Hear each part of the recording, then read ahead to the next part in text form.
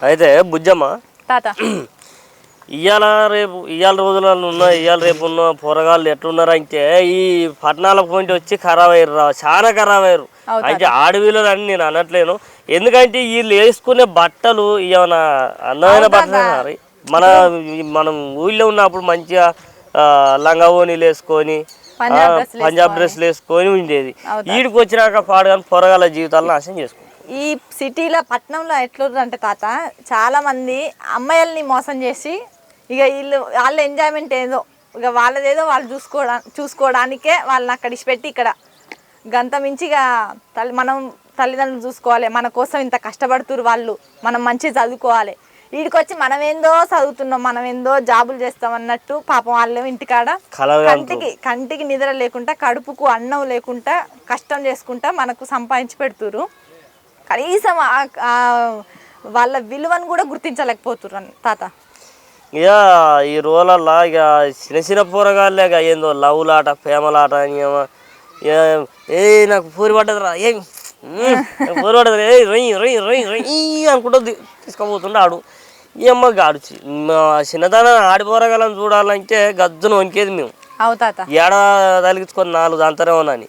అవుతుంది. ఇప్పుడు అసలు భయాలు ఏం లేవు. ఇక పోలీస్ స్టేషన్ పోయినా కూడా ఏమనట్లేరురా.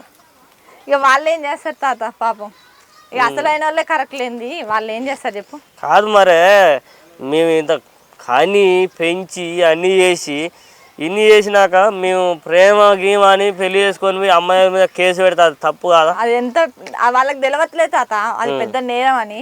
తల్లిదండ్రులకు తెలియదా? నాకు విషయం అర్థం కాక అడుగుతా. మనల్ని 20 ఏళ్ళు పెంచిరు, 20 ఏళ్ళు పెంచి పెద్ద చేసిరు. మనం చదివిపియాలని మనం అడిగిన వాళ్ళని చదివిపియమని వాళ్ళకి తెలుసు, నా బిడ్డ చదవాలి, నలుగురిలో గొప్పగా బ్రతకాలని. అవును. మనల్ని 20 ఏళ్ళు పెంచిన వాళ్ళు పెళ్లి చేయలేరా? అంగరంగ వైభవంగా చేస్తారు. కన్న తల్లిదండ్రులు వాళ్ళు చూపించిన సంబంధం మనం చేసుకోవాలి, కానీ మనకి ఇంత బంగారం పెట్టుకొని డీజేలు పెట్టుకొని అంగరంగ వైభవంగా సంతోషంగా చేసుకుంటారు. ఎవడో దొరికిండని ఆ నెమ్మడి పోయి, ఏం లేనో నెమ్మడి పోయి మీ లైఫ్ మీరు ఆగం చేసుకుంటారు. అందుకే ప్రతి ఒక్క అమ్మాయికి చెప్పేది నేను ఒకటే తాత, తల్లిదండ్రుల మాట వినండి. వాళ్ళు మన మంచికే చెప్తారు. వాళ్ళ మాట కాదని మనం పోయినామంటే మనం ఆడనే చచ్చిపోయినట్టు. ఇంకోటి ఏంటంటే బిడ్డ, తల్లిదండ్రులకు ఎంత బాగుంటది. చేతికి వచ్చిన బిడ్డ ఒక సరే మంచి అయితే ఓకే, అది మంచి అయినా చెడైనా కాదు తాత. ఫస్ట్ తల్లిదండ్రులు చూపించిన సంబంధం చేసుకోవడం, అది వాళ్ళ పరువును కాపాడోళ్ళం అవుతాం. వాళ్ళ పరువును కాపాడోళ్ళం పోతే ఆ ఊర్లో పొద్దున్న లేస్తే తిరిగే ఊర్లా తలెత్తుకొని బ్రతకలేని పరిస్థితి. కొంతమంది అయితే నా బిడ్డ పోయింది నేను ఎట్లా బ్రతకాలని చనిపోయిన రోజులు కూడా ఉన్నాయి తాత. సో మనం ఎవ్వరమైనా కానీ మన కన్నోళ్ళకు చెడ్డ పేరు తేవద్దు ఎప్పటికైనా. వాళ్ళు ఏది చేసినా మన మంచికే చేస్తారు, అదొకటి గుర్తుపెట్టుకోండి. వాళ్ళు చెప్పిన బాటలో నడవండి, మీరు ఖచ్చితంగా సక్సెస్ అవుతారు. ఒకవేళ మీరు సక్సెస్ కాలేదనుకో వాళ్ళే చేస్తారు నిన్ను, ఖచ్చితంగా వాళ్ళే చేస్తారు. వాళ్ళు చెప్పినట్టు వాళ్ళు ఇచ్చిన సంబంధం చేసుకో, రేపు వాడు తన్నా కొట్టినా మళ్ళీ వీళ్ళే చేస్తారు. ఇప్పుడు వీళ్ళని కాదని పోయినాం అనుకో, వాడు అక్కడ పోయినోడు ఎమ్మడి పోయినోడు కాదంటే వాడు చావాల్సిందే, జీవితం ఉండదు. ఇక అయిపోయినట్టే ఆ పని. వెనక తిరిగి చూసుకున్నా అన్న కూడా వేసిన అడుగులు కూడా గుర్తుండవు తాత. ఎందుకంటే లోకం అంత ఆలోచన లేని విధంగా వెళ్ళిపోతుంది.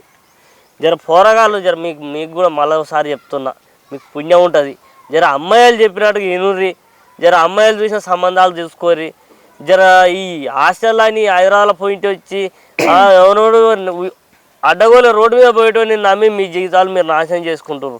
జర అమ్మాయిలు చేసినట్టునే పెళ్లి చేసుకోర్రి, జర ఆడపిల్లలు మోసకపోకుర్రి. నేను కోరుకునేది అది ఒకటే, విలువలని కాపాడుర్రి. ఇక ఈ లవ్వులు గివ్వులు అని ఇక అక్కడ పోయి ఇక నా మంచం మీద దిండును అడుగే మడులు గట్టిన కన్నీళ్ళు, నా కంచంలో నా మెతుకులను అడుగే గొంతే దాటని వైనాలు, నా మాటే వినని గుండెను అడుగే నువ్వు చేసిన గాయాలు, నే కాటికి వెళ్ళే దారిలోనైనా వచ్చి పోవే ఓసారి, నన్ను చూసిపో కడసారి, వంచెన తెలువదే నాకు ముంచుడు తెలువదే, ప్రేమ వంచుడు తప్ప కొంచెమైన మోసగించుడు తెలువదే, వంచెన తెలువదే నాకు ముంచుడు తెలువదే, ప్రేమ వంచుడు తప్ప కొంచెమైన మోసగించుడు తెలువదే. తెలియదే అంటారు ఇక ఆడపోయి. ఇక ఇట్లాంటి మోసగించుడు తెలియదు అంటుంటే ఇక మాయదారు మాటలని చెప్తుంటే మోసం చేస్తుంది. ఇది మోసపోతున్నావు అని ఇలా తెలుస్తలేదు. అవుతాత ఇక సరే మనోరాల వీళ్ళ గురించి చెప్పుకున్నాం మనం. వీళ్ళకి ఒక మెసేజ్ అయితే ఇచ్చినాం. అవుతాత ఇక మరి నువ్వు ఎక్కువ ఎవరో పాటలు వింటావు తల్లి? నేను ఎక్కువ అప్పట్లో అయితే ఇక సాయి చందు కాకపోతే అన్న సాయి చంద్ అన్న ఇలా కాలం చేసిండు. గద్దర్ అన్న కూడా కాలం చేసిండు. మరి సాయి చంద్ అన్న కూడా మస్తు పాటలు పాడేది, మంచిగా ప్రజలల్లో మంచి చైతన్యాన్ని కలిగించేది. మరి సాయి చంద్ అన్నని తలుచుకొని మనం ఒక పాట వేసుకుందాం తల్లి. ఇప్పుడు మన మధ్యలో లేడు సాయి చంద్ అన్న, కాకపోతే అన్నని తలుచుకుంటూ ఆయన ఎక్కడున్నా ఇక్కడనే ఉంటాడు, మన మనసులలోనే ఉంటాడు. సాయి చంద్ అన్న అయితే మంచిగా పాట ఎత్తే దాంట్లో అర్థం ఉంటుంది. సాయి చంద్ అన్న కోసం, సాయి చంద్ అన్న చనిపోయినప్పుడు మానుకోట ప్రసాద్ అన్న రాసిన పాట. ఏ దారిలోస్తావో పాటమ్మా బిడ్డవై, ఏ దరువై మోగుతావో జనగుండేల సప్పుడువై, ఏ పాటై పూస్తావో తూరు పూన పొద్దువై, ఏ రాగం తీస్తావో పాడే కోయిల గొంతువై, సాయన్నా నీ గానం తల్లాడిల్లే జనసంద్రం, సాయన్నా నీ మరణం తల్లాడిల్లే జనసంద్రం, ఏ దారిలోస్తావో పాటమ్మా బిడ్డవై, ఏ దరువై మోగుతావో జనగుండేల సప్పుడువై, నువ్వు లేవు రావు ఓ దేవా నిజమే రాతి బొమ్మమురా, కలమ్మ తల్లి బిడ్డడురా ఓర్వక తీసుకపోతివిరా, దారిని చూపిన నాన్న నడకను నేర్పిన సాయన్న, నీ విజయం చూడాలనుకున్న నీ ఆదిలో పాటను రాస్తున్నా,